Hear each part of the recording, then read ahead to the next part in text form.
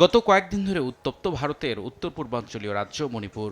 কয়েক মাস ধরে জাতিগত সহিংসতার পর মাঝে কিছুটা শান্ত হলেও নতুন করে বিদ্রোহী গোষ্ঠীগুলো মাথাচাড়া দিয়ে ওঠায় অঞ্চলটির নিরাপত্তা নিয়ে শঙ্কা দেখা দিয়েছে। মণিপুরের সাম্প্রতিক উত্তেজনার ঢেউ আছড়ে পড়েছে ভারতের কেন্দ্রীয় রাজনীতিতে।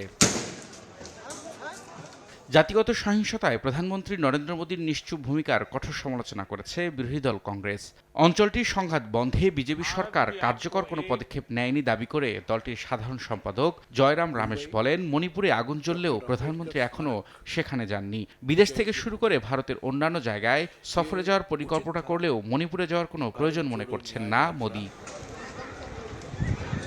2023 সালের 3 মে থেকে শুরু হওয়া জাতিগত সহিংসতা তদন্তে গুয়াহাটি হাইকোর্টের সাবেক প্রধান বিচারপতির নেতৃত্বে 3 সদস্যের একটি কমিটি গঠন করা হলেও তার কোনো অগ্রগতি নেই। তদন্ত রিপোর্ট জমা দিতে 6 মাস সময় বেঁধে দেওয়া হলেও তা এখনও সম্ভব হয়নি।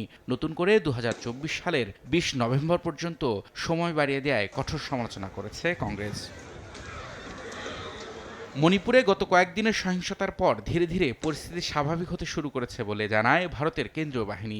ইন্টারনেট চালুর পর রাজ্যের 2 জেলায় শিথিল করা হয়েছে কারফিউ। এতে পরিস্থিতির আরও উন্নতির আশা করছে নিরাপত্তা বাহিনী। রবিউল ইসলাম আওলাদ, সময় সংবাদ।